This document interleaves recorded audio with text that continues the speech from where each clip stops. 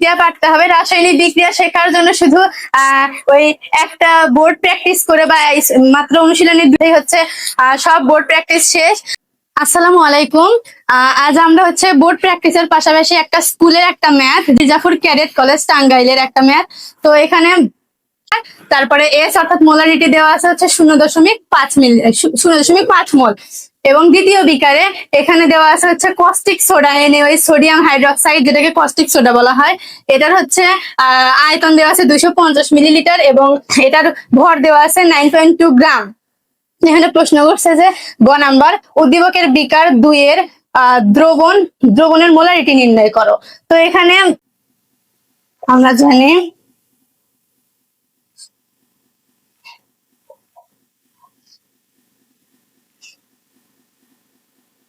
Molarity S সমান সমান W into 1000 divided M into V. এখানে ডাব্লিউ হচ্ছে ভরের মান, ডাব্লিউ ইকুয়াল টু 9.2 গ্রাম। এবারে বলা হয়েছে উদ্দীপক বিকার 2 এর দ্রবণের মোলারিটি নির্ণয় করতে, এই জন্য আমরা বিকার 2 এর মানগুলা নিচ্ছি। এরপরে এম, এখানে দেওয়া হচ্ছে সোডিয়াম হাইড্রক্সাইড NaOH, এটাকে কস্টিক সোডাও বলা হয়। এখানে হচ্ছে Na সোডিয়ামের ভর হচ্ছে 23 প্লাস অক্সিজেনের হচ্ছে 16 প্লাস 1 40। এটা হচ্ছে আমরা এম আণবিক ভর বের করলাম। এরপরে ভি দেওয়া আছে হচ্ছে 250 মিলিলিটার আয়তন। এবার আমরা মানগুলো বসাবো। ডাব্লিউ হচ্ছে 9.2 ইন্টু 1000 ডিভাইডেড এম দেওয়া আছে, এম পাইলাম হচ্ছে 40 ইন্টু হচ্ছে ভি হচ্ছে 250 মিলিলিটার। ক্যালকুলেশন করা হয় 0.92 মোল।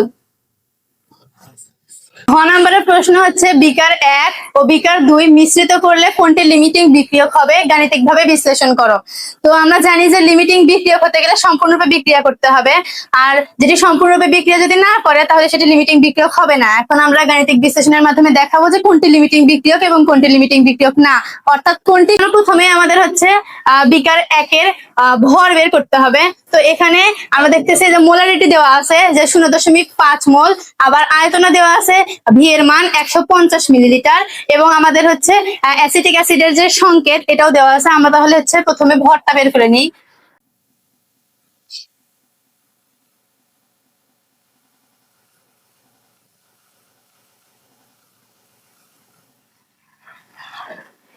হ্যাঁ, আমরা জানি বিকার 1 এর ভর ডাব্লিউ এর সূত্র হচ্ছে SMV ডিভাইডেড 1000। তো এখানে হচ্ছে এস হচ্ছে মোলারিটি 0.5 মোল। এখানে আমরা প্রথমে রাশি পরিচিতি লিখে নিই। এস সমান সমান 0.5 মোল। তারপরে এম সমান সমান আমরা দেবো CH3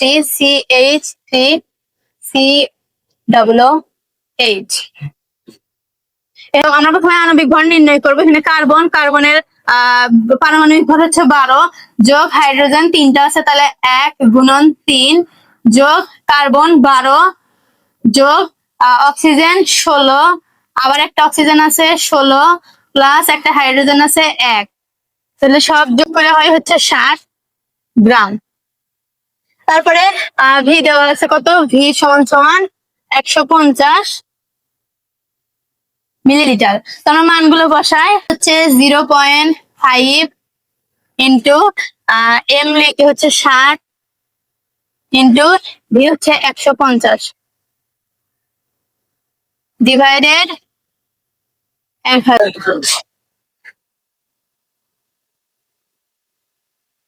4.5 গ্রাম। এখানে বিক্রিয়াটা এবার সম্পূর্ণ করব। এখানে বিকার 1 এ দেওয়া আছে অ্যাসিটিক অ্যাসিড এবং বিকার 2 এ দেওয়া আছে সোডিয়াম হাইড্রক্সাইড। বিক্রিয়াটি সম্পূর্ণ করে পাই, প্রথম হচ্ছে এখানে CH3COOH প্লাস হচ্ছে কিসের সাথে বিক্রিয়া করছে, সোডিয়াম হাইড্রক্সাইডের সাথে NaOH। এরা বিক্রিয়া করে এই যে অ্যাসিডের যৌগমূলক CH3COO, এটা হচ্ছে এটা হচ্ছে অ্যাসিডের যৌগমূলক, এটা হচ্ছে মাইনাস আয়ন। আর Na সোডিয়াম, এটা হচ্ছে প্লাস আয়ন। তো এই মাইনাস আয়ন আর প্লাস আয়ন দুটো বিক্রিয়া করে উৎপন্ন করে হচ্ছে CH3, CH3, COO, তারপর হচ্ছে Na। সোডিয়াম অ্যাসিটেট লবণ, এটা হচ্ছে লবণ। আর হচ্ছে এই যে হাইড্রক্সিল আর হাইড্রোজেন, এই দুইটা, এটা হচ্ছে মাইনাস আর এটা হচ্ছে প্লাস। তো এই হাইড্রক্সিল আর হাইড্রোজেন বিক্রিয়া করে হয় পানি। ধরুন এসিড আর ক্ষার বিক্রিয়া করে লবণ আর পানি উৎপন্ন হলো। এটা হচ্ছে 60 গ্রাম আর এটার হচ্ছে 40 গ্রাম। তাহলে 60 গ্রাম অ্যাসিড বিক্রিয়া করে হচ্ছে 40 গ্রাম সোডিয়াম হাইড্রোক্সাইডের সাথে। এখন আমরা লিখবো অতএব 60 গ্রাম CH3 COOH বিক্রিয়া করে 40 গ্রাম সোডিয়াম হাইড্রোক্সাইডের সাথে, NaOH এর সাথে। তারপরে অতএব 1 গ্রাম অ্যাসিটিক অ্যাসিড বিক্রিয়া করে হচ্ছে 40 ডিভাইডেড এই যে 60 গ্রাম সোডিয়াম অক্সাইডের সাথে।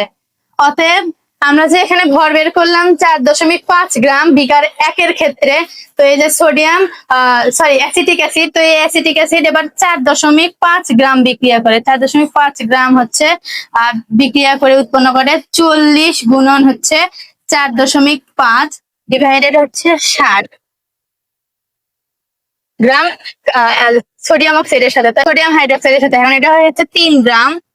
হ্যাঁ, 3 গ্রাম। এখন আমরা দেখতে পাচ্ছি আমাদের সোডিয়াম হাইড্রোক্সাইড এখানে বিক্রিয়া করছে হচ্ছে 3 গ্রাম, কিন্তু আমাদের বিকারে কিন্তু 9.2 গ্রাম ছিল, অর্থাৎ এটি সম্পূর্ণরূপে বিক্রিয়া করেনি। এখন কত গ্রাম অবশিষ্ট আছে সেটা দেখবো এবার। অতএব সোডিয়াম হাইড্রোক্সাইড NaOH অবশিষ্ট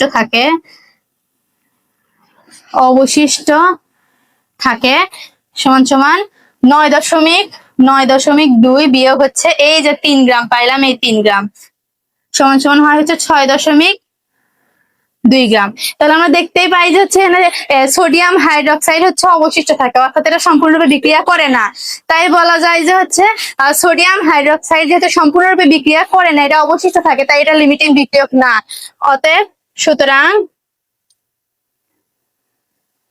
সুতরাং acetic acid CH3COOH acetic acid হচ্ছে সম্পূর্ণরূপে বিক্রিয়া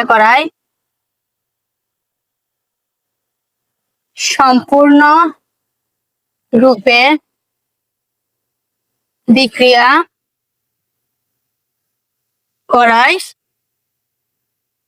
এটি লিমিটিং